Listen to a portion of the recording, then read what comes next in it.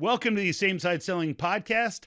I am your host, Ian Altman. I know for our listeners, it's a big shock that I am once again hosting because this is well past our 300th episode. And this week, I'm joined by a guest, Matt Dixon. Matt, as many of you may know, was the co-author, still is the co-author, of The Challenger Sale and a series of books related to that. Very popular, something that's near and dear to many of our hearts. And we're here today to talk about his latest book called The Jolt Effect, which I will tell you as someone who is reading the book, and I often say that I've written more books than I've read. It's one of these things where I picked it up, started reading it, and then couldn't put it down. So Matt, welcome to the program. Ian, it's great to be here. It's great to see you after so many years. We met many years ago. And so it's awesome to see you again here, if at least virtually, but that's the world we're in, right? Exactly. And the funny part is that what Matt and I didn't realize is that we live about 15 minutes apart. And as we're talking now, it's like, where are you? Oh, I'm here. Wait a minute. We live basically, we're more or less neighbors, and I just wasn't smart enough to know that. You and me both. So Matt, I know what's involved in writing a book, and yet you did it again. So what inspired you to write this book and subject yourself to this process? Well, Ian, it was, I had a choice. It was go get a root canal or write another book. And I went with the book route because I really don't like that. Right? I mean, what a bear it is. You know this. I mean, it's a grind, but it's like, it's an overused term, but it's a labor of love, right? It's when it's done and when you have those breakthrough moments, it's really rewarding. But for us, I guess there were two specific things.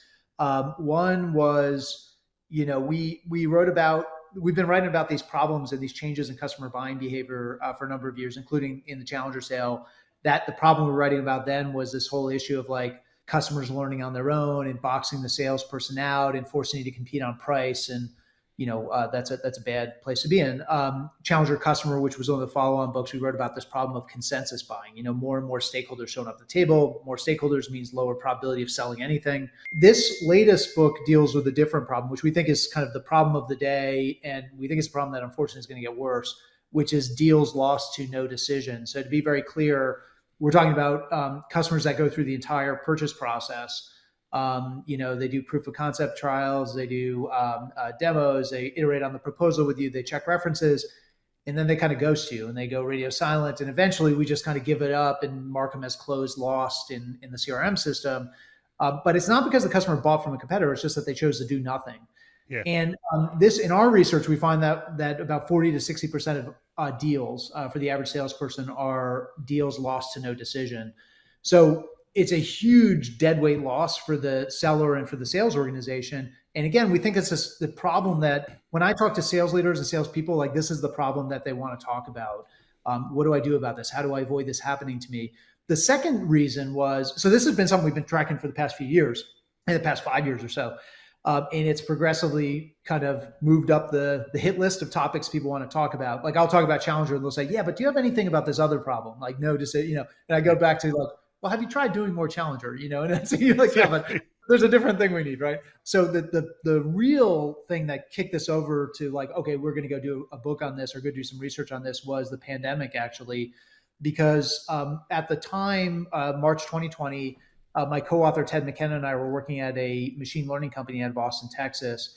And we'll all remember this, something really curious happened in the world of sales in March of 2020, which is we went to 100% virtual overnight. Yeah. And so now, we'd always been using Zoom for some of the sales interactions, but the important ones always happened in the client's office. But now all of them happened on Zoom, which meant they could all be recorded, captured, and studied with machine learning. And so we partnered with several dozen companies, and over about a year and a half, we collected 2.5 million sales conversations from a whole range of companies. And then we used machine learning to study them at scale. So that was the thing that pushed us into studying it, because we wanted to bring modern technology and study things in a different way. Challenger in our previous books were written off of survey research, which was state of the art then, but state of the art is different today. And so we saw this as a golden, maybe once in a lifetime opportunity to study a big pressing sales problem in a way it hadn't been studied before. Yeah. It's brilliant. I mean, the thing that I love is that things that maybe I had assumptions about or philosophies about, now you've got data that backs it up. Right. And one of those things is we talk about this notion of when people don't make a decision. When you lose to someone picking one of your competitors, you feel like, okay, like they picked them over us, I got it. When they stick with the quote status quo, we often feel like, well, they probably weren't serious about changing to begin with. Right. So what I want to do is without disclosing too much of what's in the book, but this really caught my attention, talk about the greatest misconception that people have about losing to those status quo decisions. Yeah, that is the question, and it was one we wrestled with for a while. I think what we've been taught, we start with like, what do most of us do? What's the trap we fall into, as you say?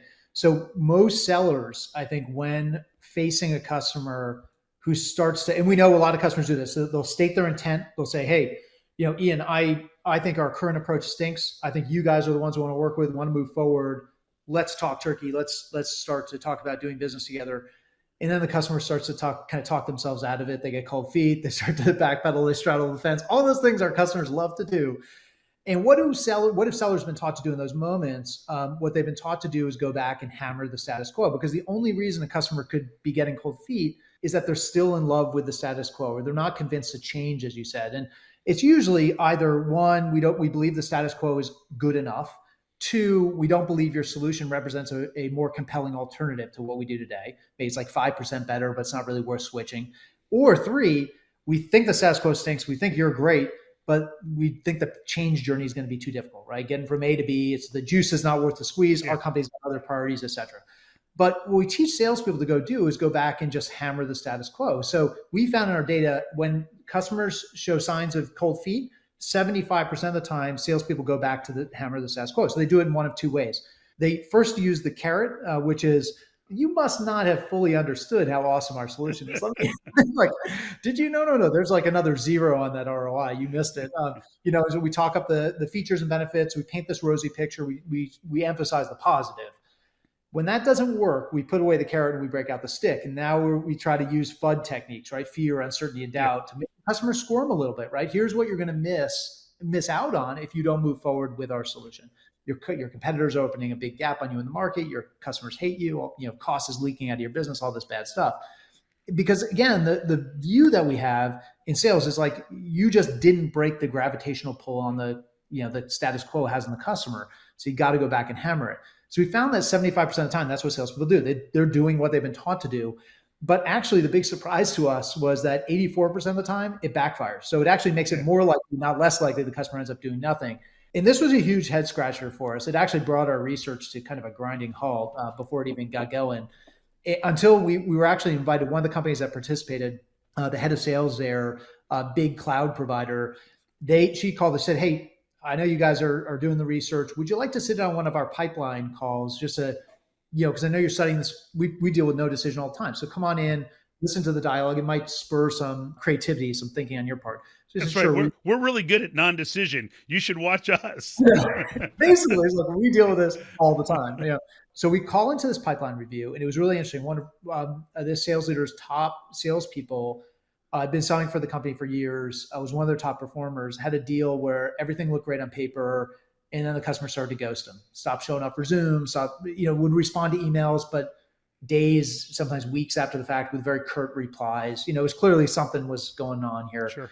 And this had been going on for like 6 months. And so they had a conversation, which was, should we kill this opportunity? Like kill for cause, mark it as closed loss, call them in 6 months.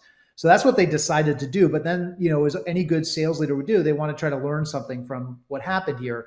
So she asked the salesperson this question, which for us was like, holy smokes, that's it. She said, now, as we reflect on this deal, Bob, who's the salesperson, do you think we lost to the customer's status quo, meaning like they preferred what they do today? They're committed to maintaining what they do today. Or do you think we lost, do you think they were just indecisive about changing it? And he said, I don't understand. Aren't those one and the same? I don't get the difference. And she goes, no, they're totally different. And then we listened to her talk about the difference between being wedded to your status quo and actually struggling with something else. And we're like, oh, wow, that totally changed our thinking. We realized we've been asking ourselves the wrong question. It's not, what do the best salespeople do to beat the status quo? The question we should be asking is, why do customers choose to do nothing?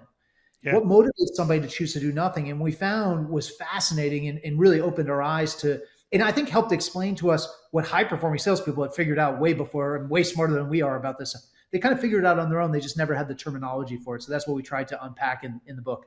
That's great. And one of the things that I often share with clients is this notion of, look, when your client doesn't make a decision, they either don't believe in the impact of doing nothing, Yeah. or they don't believe they'll actually realize the results associated with your solution, or both. And the reality is that one of the questions, and I'm interested in what your research perspective would be on this, one of the questions that I encourage people to ask their clients is, so let's say we do everything we said we would do, and you know what kind of results other people get with that type of solution. What would prevent you from realizing those same results? And what usually happens is the client starts identifying all of their own fears and deficiencies about executing whatever the client's selling. So the seller thinks to themselves, well, no, our solution's great. And oftentimes what I find, and I believe when reading the book that your research kind of supports this, that it's not even that necessarily they doubt your solution, they doubt their ability to execute your solution. Is that what you saw? Yeah, really well said. And this is, like I said, I'm in a series of like VA moments where I'm like, oh, I should have said it that way, But we were talking about this before we started recording about the number of things you realize after you wrote the book. We're like, But anyway, thanks for another one, Ian. So, I just to back up on what you said, what we realized was when you look at all the losses due to inaction, so the customer doing nothing. We found in our analysis that 44%, it was exactly what you said, but the split literally was 44% of those losses are because the customer prefers their status quo, or they don't believe your solution is a better alternative or more compelling, not worth the change journey. But 56% of the time, it's because of indecision about changing the status quo. And that indecision we found derived from three sources. So the first one is the customer doesn't know what to choose. So they're looking at all the options, the bells and whistles, the partner integrations, everything you put on the table. And they're like, I see 4 configurations, A, B, C, and D, and they all look good. And I'm worried I'm going to make the wrong choice. And then there's no coming back from that. The second one is a lack of information, which is the customer saying, I just feel like I haven't done enough homework yet. Like I'm not down the learning curve enough to really be a savvy consumer here. And I'm worried it's the next white paper, the next Gartner report I read that's going to show me all the mistakes I should have avoided had I just taken the time to do the research. The third one is what you talked about, which is we call it outcome uncertainty, which is the customer feeling like they might not get what they're paying for. So, what's so interesting about that is you're 100% right. They won't doubt your solution. They won't doubt or call BS on your projections, on your reference calls, on your ROI calculation. They buy all that, your proof points, success stories, case studies, all that stuff. But they still feel like, but what if we're the one company where this goes sideways? And if that happens, somebody's head's going to roll. And you know whose head rolls first? The person whose name is on the contract, and that's me, right? So exactly. Now, what's so interesting is about those 3 things. I don't know what to choose. I don't think I did enough homework, and I feel like I might be left holding the bag. I have no assurance of success. None of those have anything to do with the status quo. So you could have a customer, easily imagine why you could have a customer who agrees the status quo stinks, agrees that you are the vendor to move forward with, totally buys your vision, yet still worry that I'm choosing the wrong configuration, I haven't done enough homework, or I have no assurance of success that this won't go sideways, and then not make a decision anyway. So now it becomes clear why when we go back and all we do is try to reconvince the customer how great our solution is or make them scared into acting, we actually can make things worse, not better. In fact, that's what we found, as I said before. So this was pretty surprising what it really led to, this realization that you need a playbook as a salesperson for beating the status quo. You're not going to sell anything to a customer without beating the status quo. You got to do it. And I think Challenger is a good one playbook amongst many that you could use to do that. But once you do that and the customer has parted ways, they've expressed their intent, they parted ways with the status quo, what starts to creep into their head are these other fears. And you've got to have a playbook for overcoming them. And so if we were to summarize, what we say is, look, beating the status quo is about dialing up the fear of not purchasing. Overcoming customer indecision is about dialing down the fear of purchasing. You need to have both. And it's a little bit like the brake and the gas and the brake. And you got to have both pedals to move forward. And high performers have figured out a way to deploy both those playbooks across the course of the sale and to switch, put one down and break out the other. But again, average performers have grown up in this world. They've done nothing wrong. They've been taught to do this, believing that every indecisive customer is a nail, and I've got my status quo hammer, and I'm just going to hammer away at them. Yeah. Right? And I love how in the book you talk about this idea of omission versus commission, and the bias in there of, and I'll give kind of my abridged version, then you can correct me, which is the notion of, look, if somebody doesn't change from the status quo, well, maybe they haven't changed from the status quo in the last 5 or 10 years, so they're probably not going to get fired for that. But if they actually change and it's worse, then they can get fired. Totally. It's this funny thing where nobody gets fired for kicking the can down the road, but somebody gets fired for changing the status quo if it doesn't work out. So that's like, a tough truth about doing the right thing. But it's your commission omission point. I think most salespeople are very familiar with the idea of loss aversion, right? This is why we use FUD techniques, why we try to paint the picture of like, what's going to happen if you do nothing, the cost to your business, to you. And people understand that. They understand that human beings are wired to avoid loss more than they're wired to maximize gain. We're all familiar with that concept. That's why we dial up the FUD. But what most people don't realize is that there's two types of loss. One is, as you talked about, an error of omission. That's failing to do something right. That is when you experience a loss due to inaction, doing nothing, right? The second type of loss, though, is an error of commission. This is where you actually did something wrong. You personally chose a course of action. It led to some loss and is directly attributable to you. If I were to summarize, it's the difference between missing out and messing up. And it turns out people are okay with missing out. They are not okay with messing up. Yeah. And so that's why it rings so hollow. You go back to these customers and you try to dial up like, no, you don't understand. All the bad things are going to happen if you do nothing. But what they're really thinking is the bad stuff is going to happen if they do something, right? Yeah. And that's what you get hung up on. Yeah, absolutely. And so one of the things that I think about in this, and once again, what I love is that you have research that supports things that we've been asserting for years, but our assertions were based on just, well, here's our instinct and here's what our personal experience is. And it seems to be working, but we didn't have millions of calls that support it. So now it's like you come out with stuff. I'm like, oh, thank God Matt did research on this, because now we can use this research. It's like, no, as confirmed in the Jolt Effect, right? We get to say that. But one of the things that we talk with clients about is, look, once the client accepts, yes, here's what happens if we don't change, then we need to pivot our focus to results. Absolutely. And one of the ways that if you want to get clients, very often people in sales say, well, I want the client to go along with my process. It's like, look, the client has no desire to follow your sales process. But if you said to them, there's a series of steps that our clients who have been most successful with this have followed. Yeah. How open would you be to looking at that? Then we can make adjustments accordingly as it'll fit your environment. The client will be like, oh yeah, I'll totally follow a process that's proven to be most successful, because that's their biggest fear, is that they're going to buy something and it's going to fail. Does the research kind of support that notion as well? It does. It does. Yeah, actually.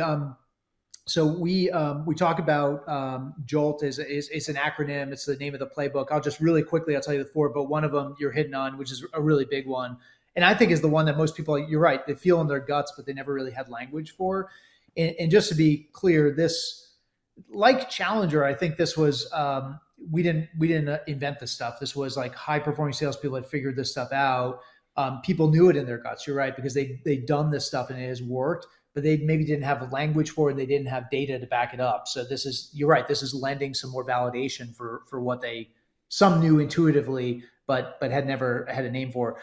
So Jolt is a 4-step process, or if you will, 4 behaviors. The J is judge the level of indecision. We need to figure out the depth, the breadth, the intensity of the customer's indecision. Turns out indecision's everywhere. 87% of opportunities are with customers with either moderate or high levels of indecision. So you can't disqualify your way out of this. O is offer your recommendation. So, at some point, the customer, if you just put the choice on the customer, you put 10 options in front of them and they all look good, they won't make a decision, right? And they will worry about making the wrong choice. So you've got to make a firm and personal recommendation to chalk the field and clarify things. The L is limiting the expiration. So how do we get the customer to, they're never going to be as much of an expert as we are, right? They can't, because they don't do what we do. They might only buy the solution once in their careers. And yet there's so much information out there, and they will they will enter the analysis paralysis zone fast.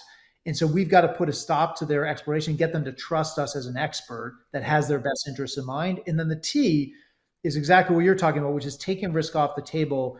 We've got to de-risk this decision for the customer. We've got to make them feel like they're not jumping out of a plane without a chute. And one of the best ways to do that exactly as you pointed out, is we've done this. We've been down this path hundreds of times before with companies just like yours, with the same concerns, the same fears, et cetera.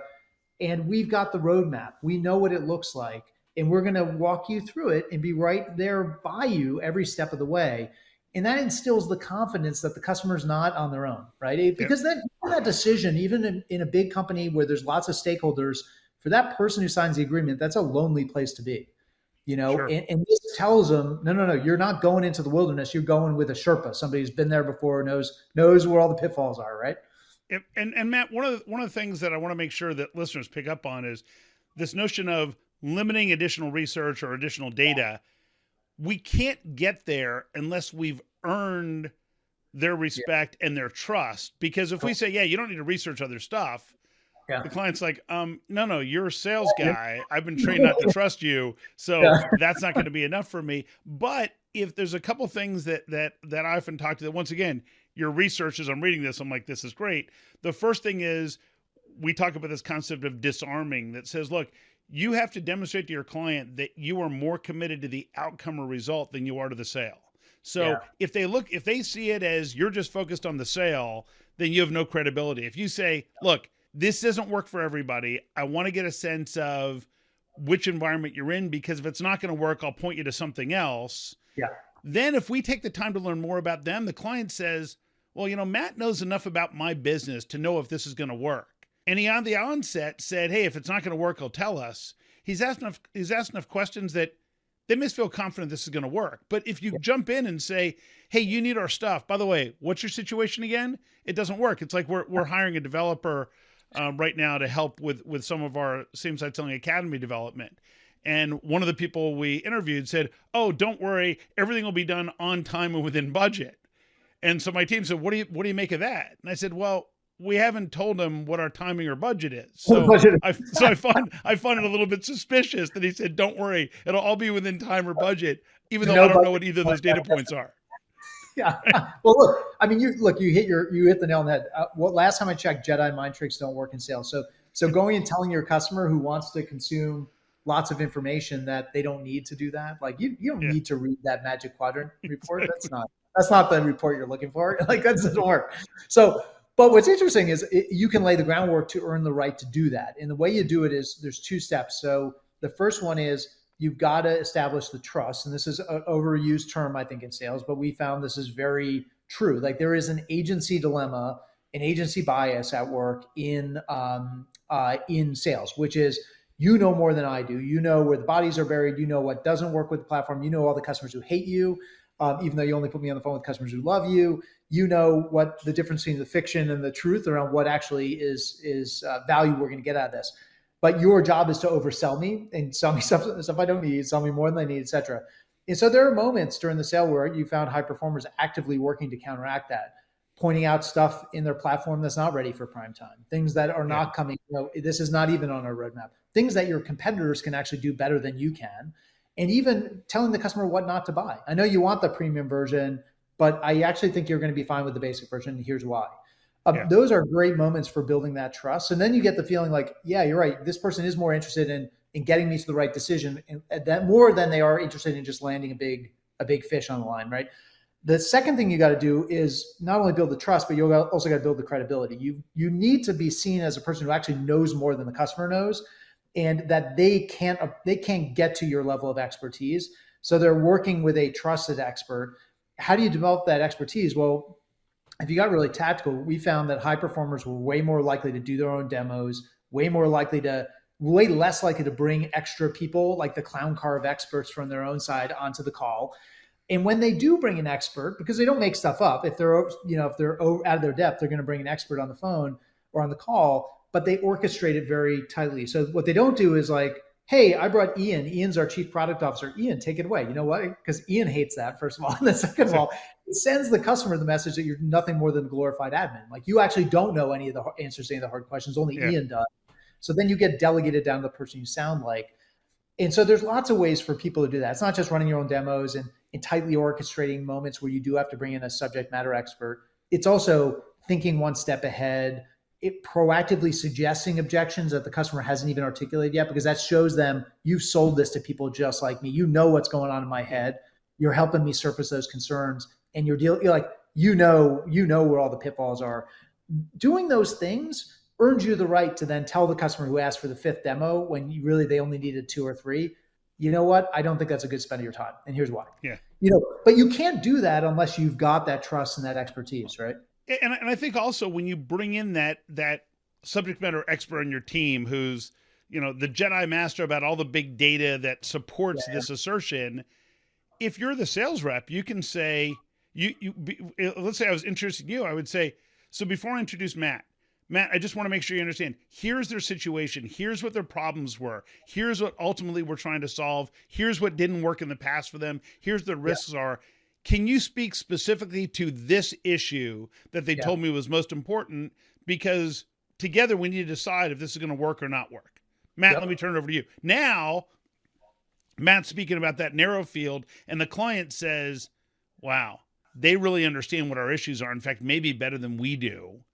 So I'm more confident in that outcome, which to your JOLT acronym, I'm taking that risk off the table. And it's something that for my clients, I'll say to them, they'll say, well, the client's still hemming and hawing on this. And I said, okay, how much time have we spent talking about the results and what might jeopardize them having those results? Well, I don't know that we really got to that. I'm like, that's what's going on, is that they're not confident that they're going to achieve the results. And they may think that you've got the greatest product ever or the greatest service ever. They're just not sure that they can actually execute it. I've had clients, I'm sure you have too. I mean, both of us spend time helping sales teams improve their performance, where I'll say to somebody, look, if you're not going to have a process to reinforce this with your team, then you shouldn't invest in it. Because I can come in and no matter how engaging I am, if you don't reinforce this, it's not going to hold. Yeah.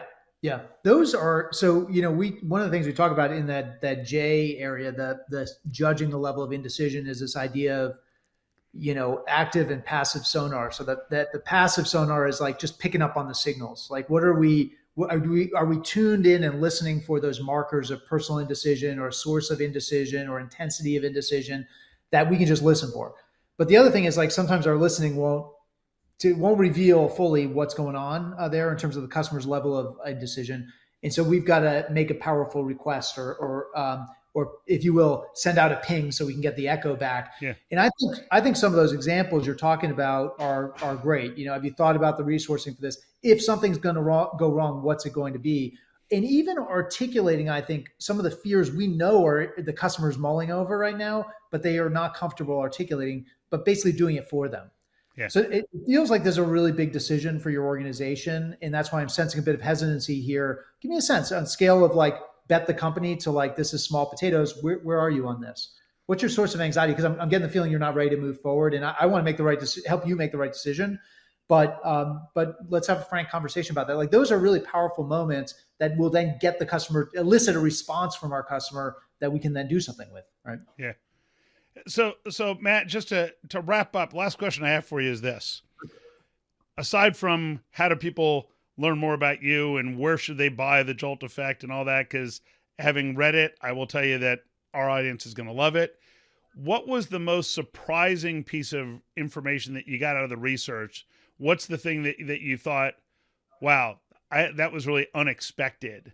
Yeah. I think there were a lot of them along the way. I think one I mentioned before was when we go back and we try to relitigate the status quo, it actually backfires more often than it works. It didn't become clear to us as to why until later, but there were lots of other ones. There's one that's, we didn't spend a lot of time talking about in the book, but, because we're talking about calls, when we took it as a body of data afterward, and we look at it from an audio perspective, we found some pretty interesting things, like the audio makeup of a high performer sales call and an average performer sales call just looks different. And I'll give you a couple examples.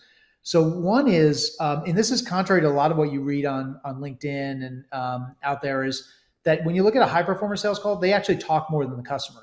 When you look at an average performer sales call, they talk a lot less. And you also find that they have a lot more silence time in there, which we found silence time was actually a huge red flag and a great indicator to the customer that you don't actually know what you're talking about. So, But what's now here's I'll give you another example is we found that this is totally counterintuitive, that high performers talk over the customer and interrupt them a lot more than average performers. Now, here I want to be really careful here, Ian. What I am not saying is everybody go out and suck up all the dead air and talk all the time and then interrupt everybody. It's going to be great. You're going to convert like gangbusters.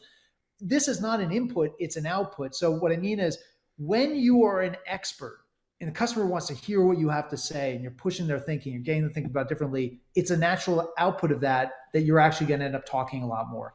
It's also natural that when you're talking about a salesperson who's locked in on the conversation, who's fully engaged, who's not interrupting because that's rude, like my parents told me that was rude, I'm sure yours did too, but instead cooperative overlapping, which is finishing the customer's thoughts, giving them verbal cue. Yeah, right. Oh, Ian, totally hear what you're saying. Ian, that's interesting. Can you tell me more? But jumping in the same way you would if you were talking to your best friend, that's what that conversation looks like when you look at the audio markers of it. So again, the lesson is not go interrupt people and you'll sell more. The lesson is like when you're fully dialed in and you're talking to this person like they are a real close friend, a real person you've got a great relationship with, that's what that conversation sounds like. There's not a lot of dead air. There's not a lot of like empty space in that conversation. So those were really interesting things because again, they're very different from what people are taught to do, I think. Yeah. And I think that early on in discovery, there's probably, I'm guessing you'll see patterns where top performers are speaking less and getting the client to speak more. Once you get to the point that you've developed, okay, now we know what we're trying to solve, then it's about, okay, now let me lead this discussion to help us towards a solution. So my guess is in the data, you probably see a shift to early in discovery versus later in the process. I think that's right. Yes, we did. And we also find, some of those things, you mentioned this before, but some of that talking is actually reflecting back what you've learned in prior conversations, right? Yeah. So based on this, it's just the same way you talked about setting up your subject matter expert. Like, here's what we're trying to do. We learned this about the organization. Here's what their concerns are. Here's what the particular kind of nuances of this opportunity are. It's like, boy, that person was plugged in. They heard everything I said. Yeah, that's great. So Matt, where do people learn more about you? And more importantly, where should they pick up the Jolt Effect and when? Yeah. So book comes out September 20th, which we're super excited about. And I'm glad to have this one sort of in the rearview mirror, but you know that a lot of the hard work comes after the book. You know this yourself. So we're gearing up. But the book comes out September 20th. I would check out jolteffect.com. That's a great resource to find out where to order the book. It's a great place to find out about, you get some free resources, learn about events we have coming up. And also, how can you bring some of these skills and some of this training to your sales team? Excellent. So Matt Dixon, thanks so much for sharing your wisdom, your knowledge. There are tons of people in this space of sales development and business growth, many of whom I would not have on the podcast. But Matt is one of those people where I greatly respect the work that you do. I love that you provide this amazing research that supports these harebrained assertions that I've made over the years. And it's always a pleasure to talk to you. Thanks again. You got it, Ian. Thank you for your time.